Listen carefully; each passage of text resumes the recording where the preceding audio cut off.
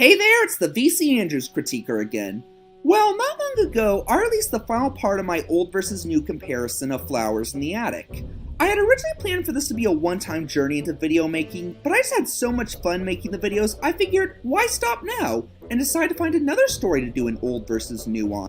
Then I discovered the two film adaptations of the first ever Stephen King novel, Carrie.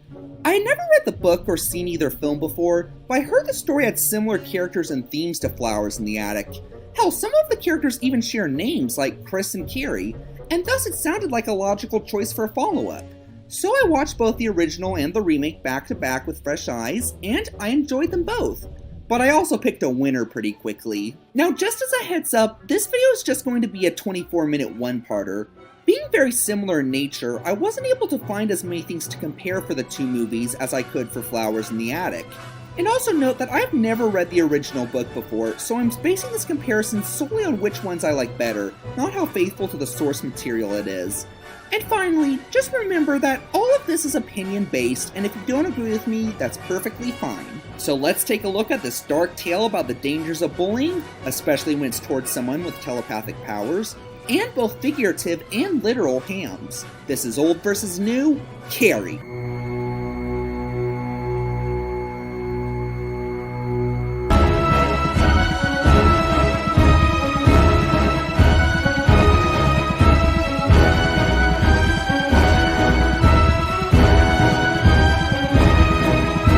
Now keep in mind that we're not going to judge Carrie right away. Since she is one of the most important elements of the movie, I thought we should save that for closer to the end.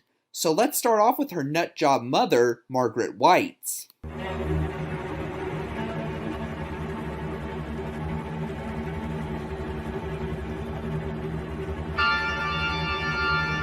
It's very coincidental that I chose to do a comparison of the Carrie movies as a follow-up to my Flowers comparison, because this character is actually more similar to Olivia Foxworth than I thought.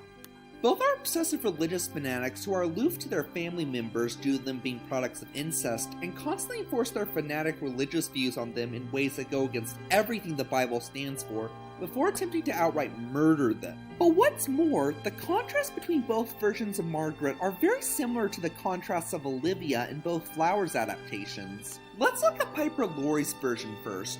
Laurie portrays Margaret as a woman who appears to be a loving, devoted Christian in public, but behind closed doors is a completely psychotic whack job who won't hesitate for a second to physically and verbally abuse Carrie, to the point where she makes the Westboro Baptist Church look loving by comparison. Julianne Moore portrays the character in a much more sympathetic manner. She is still willing to wrongfully torture her daughter, but clearly has some love in her heart. She comforts Carrie occasionally, and doesn't get nearly as aggressive when disciplining her. Even when she's trying to kill Carrie, she assures her that it's not her fault. Piper just takes sheer pleasure in the whole ordeal. So again, it's like the two versions of Olivia from my Flowers review. One is completely heartless and remorseless, while the other is sympathetic as well as cruel. So which one is better? Well, as much as I admire the direction that Moore took the character, I still enjoy Piper's portrayal much more. She chews more of the scenery in this movie, probably more than John Travolta has in all of his movies combined, either coming off as absolutely terrifying and ruthless, He was weak. Say it. absolutely hilarious, He's gonna laugh at you. They're all gonna laugh at you. or sometimes both, and that's really hard to pull off. I also feel like the more tragic portrayal hampers her ability to be effectively scary. Moore clearly put some effort into it, but I never really found her all that scary or even that memorable. I like the performance just fine, but Piper's over-the-top performance won't ever leave my memory, and for that, I think that's more than point-worthy. Point goes to the old. There will be a judgment.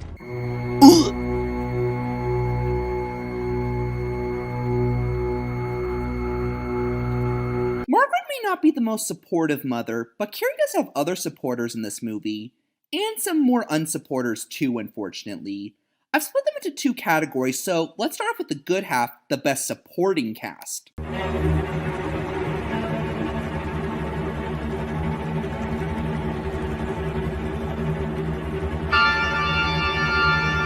In many respects, a tough choice because the supporting casts in both films are very similar. Sue's still Chris's former right-hand gal who has a change of heart and decides to help Carrie by setting her up with her boyfriend Tommy. The gym teacher is still the protective maternal figure who has Carrie's back to the end and will go to extreme lengths to take down anyone who gives Carrie beef, and Tommy's still the popular dude who agrees to take Carrie to the prom because his girlfriend asked him to, but becomes closer with her in the process. But if I absolutely had to pick one, which I do, I think I'd go with the remake, mainly because I just saw a bit more generosity and support coming from them. Sue, for instance, is much quicker to realize the error of her ways and makes an effort to help Carrie when she's freaking out during her period. She even confronts Chris about what a douchebag move it was to torment Carrie like that, and when Chris counterpoints that Sue was only being nice to Carrie to make sure she would still get to go to the prom, this is what prompts her to have Tommy ask her out, wanting to prove that she's genuinely behind Carrie. Sue's change of character in the original feels a little contrived, with little build-up or foreshadowing, but the remake devotes time to show how her hidden heart grows throughout the movie. Hell, even after witnessing Carrie's psychotic rampage at the prom in the remake, she still follows her home and tries to help her. If that's not a true sign of friendship, I don't know what is. There's not too much to compare with Tommy, but he does have a few ways in which he goes above and beyond in the remake. Like, he's the only one who actually defends Carrie's creepy poem in class, implying that he already had some feelings for her, and he actually bothers to get pissed when the pig blood's dropped on Carrie instead of just standing there in shock like the others. I also like how he's portrayed as more socially awkward here instead of as the perfect football stud like in the original. This not only avoids popular kid stereotypes, but also makes the connection he built up with Carrie a bit more believable. I guess the last big one to talk about is the gym teacher. In the original we got Miss Collins, and in the remake we got Miss Desjardins. For the sake of simplicity, I'm going to refer to them both as the gym teacher. And again, I'm going to have to go with Judy Greer's version from the new. Why? Well, for one thing, like Tommy and Sue, she goes a bit beyond helping Carrie than Buckley's. Like when she tries to get Carrie to participate in the sporting events with the other girls, but when she uses the video Chris took of Carrie against her by revealing to her Chris's father when he comes to complain about his daughter being banned for the prom, that the video was under her name. And the second reason is, Buckley's version seemed to lean a little too much on the abrasive side to truly come off as the caring maternal figure in Carrie's life. Don't get me wrong, I have nothing against masculinity in females, but I got a little creeped out by how she talks to the girls in her class. You can choke on it for all I care, just get it out of your mouth. Yeah, would you let your kids anywhere near this woman if she talked like this? And I know what you're thinking, but they're the wrong girls who humiliated Carrie. They deserve it. She's really kind to Carrie. And for the most part, yes, but sometimes she's almost as bad to Carrie as she is to them. Like when she finds Carrie suffering on her period, she initially tells her to nut up and stop crying. She does soften up once she fully realizes what's going on, but then when she's talking to the principal, she says that she would have done the same thing if she was a teenager and saw Carrie doing that. See, the whole thing just made me want to take her and shake her too. You know what I mean? It was just her period, for God's sake. Why would you say that? And then when the principal suggests calling a cab, she's like, nah, she can walk home, she's fine. Does this girl look fine, you dingus? And also near the end of the movie, she lets Carrie down big time. I won't discuss how right away, but let's just say I wasn't crying too hard when Carrie slaughtered her in the prom after what she did. Greer was much more convincingly empathetic. She's kind to Carrie throughout the movie and is responsible with how she treats her. Like, she knows that Carrie's not in a position to walk home after the incident in the locker room, and she doesn't betray Carrie at the end. And while still tough on those who give Carrie beef, it never really gets to the point where child services should be called. Overall, I really like both casts, but I really admire how the characters in the new took that extra step to show kindness to Carrie, and at a time when she probably needed it more than ever. Point goes to the new. What? I'm gonna knock you down, do you understand me?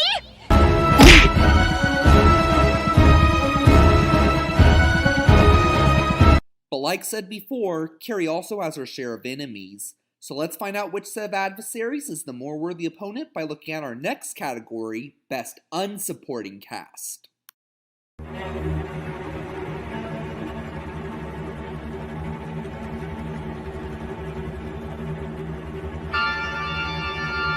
I guess we should start with our main antagonist and one of the most famous alpha bitches in movie history, Chris Hargensen.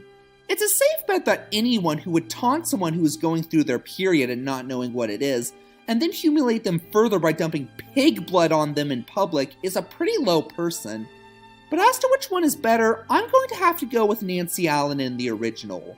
Why? Well, even though Portia Doubleday's performance definitely captures the character's extreme selfishness and cruelty, Alan's performance just has a slightly more bloodthirsty and sociopathic edge to it, making her all the more memorable and unlikable.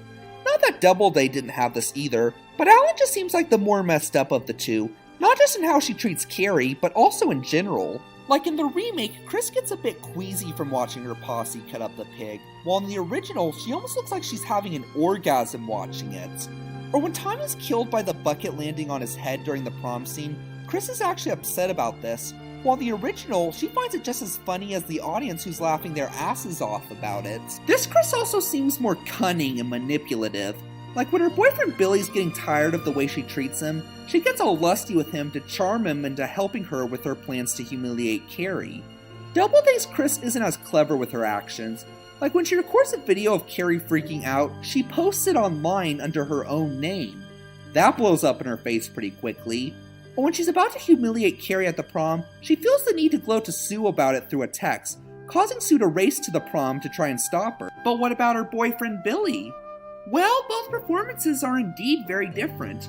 John Travolta portrays him as a laid-back lunk who's easily swayed by his girlfriend's orders, while Alex Russell portrays him as basically a male version of Chris herself, being a cold-blooded, sociopathic jock who's just as eager to humiliate Carrie as his girlfriend. He's a decent villain, but I personally enjoy Travolta's more comedic take on the character. His dialogue is pretty funny, which helps provide some comic relief for this really dark story, and he seems more like his own character than just a copy of Chris. I guess the last one to talk about is Chris's right-hand gal, Tina. She doesn't have much personality or dialogue in either version, and is mostly just a living prop to help Chris and to die at the end. But she is slightly more malicious in the original, and the first one to laugh at Carrie when the blood's dropped on her, making her comeuppance all the more satisfying. While I do think both unsupporting casts were great villains for the story, I just found the original more memorable and more callous, making them all the more worthy opponents. Point goes to the old. God, you guys are such goddamn pussies. Shut up!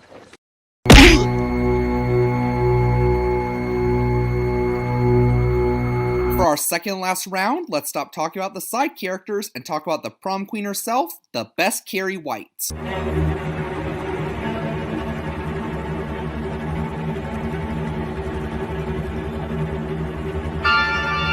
I think that most people can agree that Chloe Moretz had a pretty tough act to follow with Sissy Spacek's portrayal of the miserable loner that Carrie is.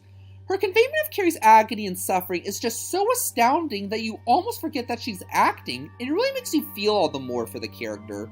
Now don't get me wrong, Moretz certainly does an admirable job at conveying the anguish too, but in comparison to Spacek... No, Mommy! Come on, please! No, Guys, listen to There's just no contest. But with that said, there is one major problem with Spacek's performance.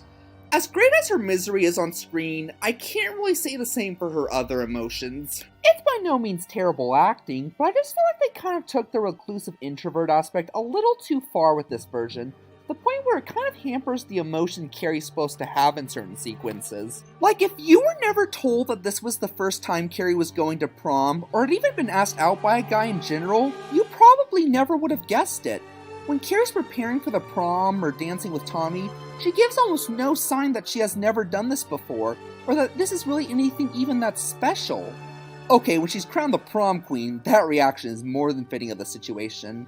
But aside from that, not so much. Moretz's Carrie seems much more like someone who is experiencing true friendship for the first time, that being a mix of sheer joy, but also a little hesitation and uncertainty. Or when Carrie discovers her telepathic powers, she shows almost no interest in learning more about them. She just reads one sentence from a book in the library explaining what they are, and then it's like, meh, neato, must move on. Moretz's Carrie seemed to actually give a shit about her telepathic abilities, what with her reading multiple books and web articles about them with thorough fascination, and actually testing her abilities in secrets. And yes, I know that Carrie is supposed to be a shy and reclusive girl, but if you shut out the emotional range and determination of your lead character too much, there isn't as much you can do with them, and thus they can't be as interesting. Again, Spacek's performance of Agony is amazing and very tragic and sympathetic, but I'm sorry, her performance outside of that seems very basic and restricted. Even though Moretz's performance only conveys a moderate range of emotion in most scenes, I take a wide range of medium emotion over a huge range of just one emotion and a very limited range of the other emotions any day. Now, where Moretz showed strong emotion was during the prom massacre. Spacek mostly keeps the same blank-eyed zombie stare throughout the sequence, which comes off as more creepy than scary. Moretz was not only terrifying, but also had a much wider range of emotions, be it vengeance, sadism, triumph, and some hesitation about how far she should go with her actions. I know that I gave the point to the original Margaret on account of her over-the-top performance, but there is a huge difference between a relatively minor character and your frickin' lead character. I'm sorry, but it's not just one emotion that a great character expresses, no matter how good it is. There has to be a multitude of emotions to keep the audience engaged and to allow them to properly relate to the character. Moretz just had more characterization than just agony and shyness, and thus I found her more relatable and more interesting. Point goes to the new. Why are you doing this?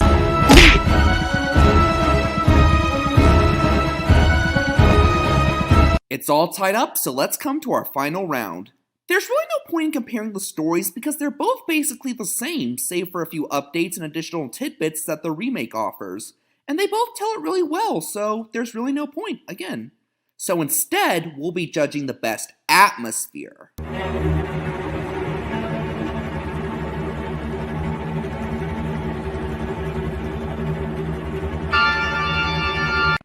One of the biggest differences that the remake has over the original is the decision to update it from the 70s to the new 10s. Was this a good decision? In some ways, yes. Being set in the age of the internet allowed for more possibilities, like Chris to share Carrie's humiliation on YouTube to further humiliate her and to increase the conflict of the story, and Carrie to learn more about her telepathic abilities via several web articles so that she could obtain a better understanding of them than what she could through a schoolbook. But there is one major problem that the story has by being set in present day. While the basic premise of a girl going up against school bullies itself is a pretty timeless one and can work in most settings, it can't quite go as extreme in 2013 as it could in 1976, somewhat hampering the conflict of the story. Because of how different people's attitudes are towards bullying these days, the new version had to be a little safer with how cruel it portrayed the bullying. Now don't get me wrong, we get some pretty depressing stuff, but just look at how much more physical and sadistic the girls are during the infamous "plug it up" scene. The original had the advantage of being set in a time when bullying wasn't nearly as frowned upon, and thus didn't have to be as restrained with its cruelty, making the conflict all the more severe. On top of that, there are also many other things from the original that are considered taboo today, like high school girls hanging out completely naked in locker rooms, and teachers being able to hit students without getting fired. It's components like these that make the movie a bit dated, but also help make the story even more shocking to modern audiences than it was to audiences of the time. I'm not necessarily saying that it was bad that they toned down this stuff for the new version. There's no way any of this stuff would fly in present day. The gym teacher even gets in serious trouble just for using the S word once to a student.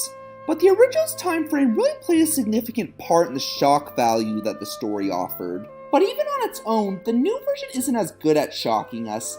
Even if there wasn't another adaptation in existence that already gave us some idea of what to expect, its way of going about stuff isn't always as effective.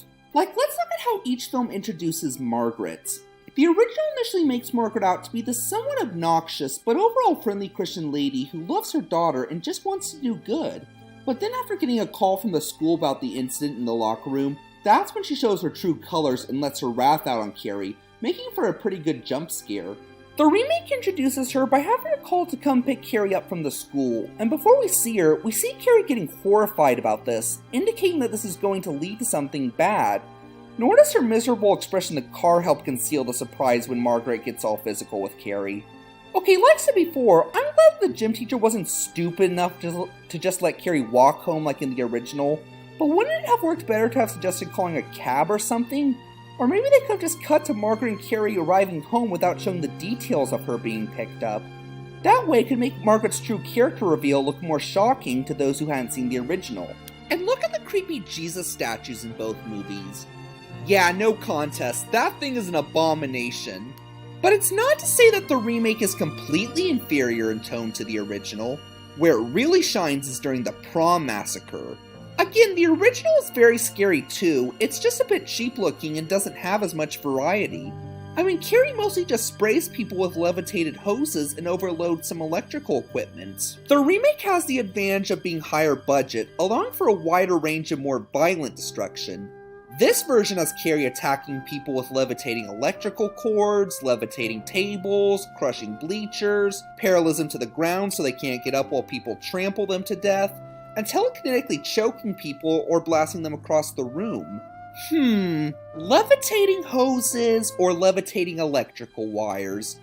Gee, I have no idea which one is more threatening. But then there's the sequence where everyone laughs at Carrie which led to said massacre, which I think is much more cruel in the original. Let's compare the scenes in both versions.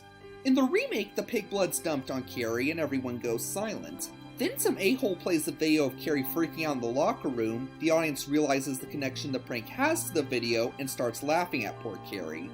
Then the bucket lands on Tommy's head, killing him and shutting everyone up. Carrie's devastated about this and then takes her revenge on the crowd. Okay, that is a pretty tragic scene, but let's look at how sick it is in the original. So at first, rinse and repeat, the blood's dumped on poor Carrie, everyone's petrified, the bucket lands on Tommy's head killing him, and then everyone starts laughing their asses off. Yup, you are seeing this correctly, folks. Apparently the pig blood wasn't enough for these assholes. It took Carrie's lover dying right in front of her in an undignified manner to get a reaction from them. And it's not just the students in this version, it's also the adults like the principal and even the gym teacher. Yup, Carrie's supportive maternal figure has turned traitor on her. We also get a better perspective of the pain Carrie is feeling in the original, with Carrie remembering her mother's prophecy about everyone laughing at her, and the gym teacher's broken promise that she could count on her, on top of her vision going all surreal, indicating that her intense misery is also reducing her sanity. So to wrap things up, it's not to say that I found the tone of the new movie bad per se. Like I said before, it was right to tone down the cruelty of the bullying for modern audiences, and it also made some of the other characters more likable. Hell, even though I like the original Margaret better, I am honestly glad that Julianne Moore tried to give her own more gentle take on the character instead of just rehashing Laurie's performance. But again, not having to worry as much about social norms really gave the original a lot more leeway to showcase the conflict of the bullying. They portray a world that almost entirely lacks compassion and empathy, not like something from South Park or Family Guy. So by the time the prom massacre happens, it's almost impossible to feel sorry for these assholes. So a combination of that, and having a better sense of how it portrayed scares, really gave the original an advantage of setting a stronger and more suspenseful mood for the movie, which made it the iconic horror classic and first Stephen King adaptation that everyone remembers to this day. Point goes to the old, winning the match. What the hell?